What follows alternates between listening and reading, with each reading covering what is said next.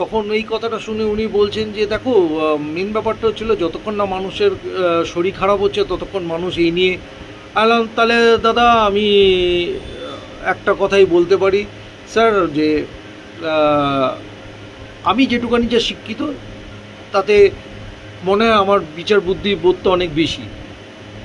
আর কি বলবো বলুন, এছাড়া আমার আর কিছু বলার নেই। এবার আপনি আপনি বিচার করুন, আমি না বললেও কি বললাম।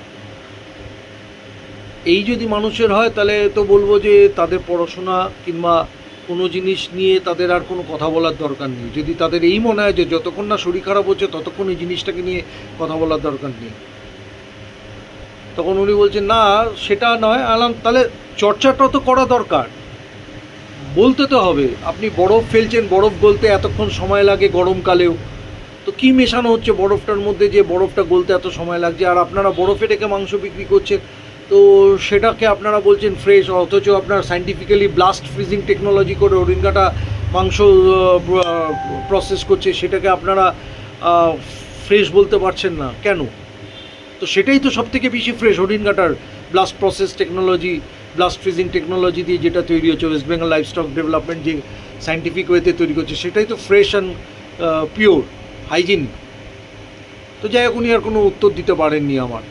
তখন আমি বললাম যে স্যার, আমার কাউকে ছোট করারও কোনো ইচ্ছে নেই কিংবা কাউকে আঘাত দেওয়ারও কোনো কিছু নেই, কিন্তু যেটা ফ্যাক্ট সেটা ফ্যাক্ট, এটা মানতে হবে। যে আপনারা যেটাকে বলছেন রাস্তার ওপরে, কালিন্দির রাস্তার ওপরে যারা প্রাইভেটে বিক্রি করছে সেটা ফ্রেশ ভাবতে চাইছেন, সেটা ফ্রেশ নয়, এটা আপনাদের মেনে নিতে হবে। হয়তো আপনার কনভিনিয়েন্ট আপনার রাস্তার সামনে বলে আপনি নিচ্ছেন, তো সেটাকে আপনি কোনো মতে ফ্রেশ বলতে পারেন না, দাবি করতে পারেন না। আর তাদেরও অধিকার নেই বলার যে হরিণঘাটার মিট কোনো মতেই ঠিক নয়। West Bengal livestock development internationally tested and proved যে টেকনোলজি, ব্লাস্ট ফ্রিজিং টেকনোলজি, যেটা নিউজিল্যান্ড জার্মানি মিট প্লান্টগুলো ইউজ করা হয়, সায়েন্টিফিক টেকনোলজি, সেটাই ব্যবহার করে। তো সায়েন্সকে কেউ যে অস্বীকার করে যদি আপনার বরফে রেখে মাংস বিক্রি করছি কোনো প্রিজারভেটিভস ছাড়া, সেটাকে বলে যদি ঠিক,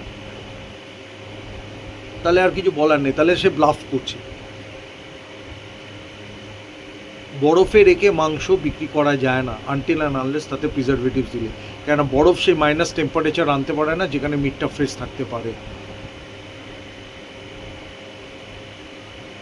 তো এই শুনে উনি হাসতে হাসতে চলে যেতে যেতে বললেন, দেখো মানুষের পড়াশোনার ওপরে বিশ্বাস রাখো, যদি তারা বোঝেন।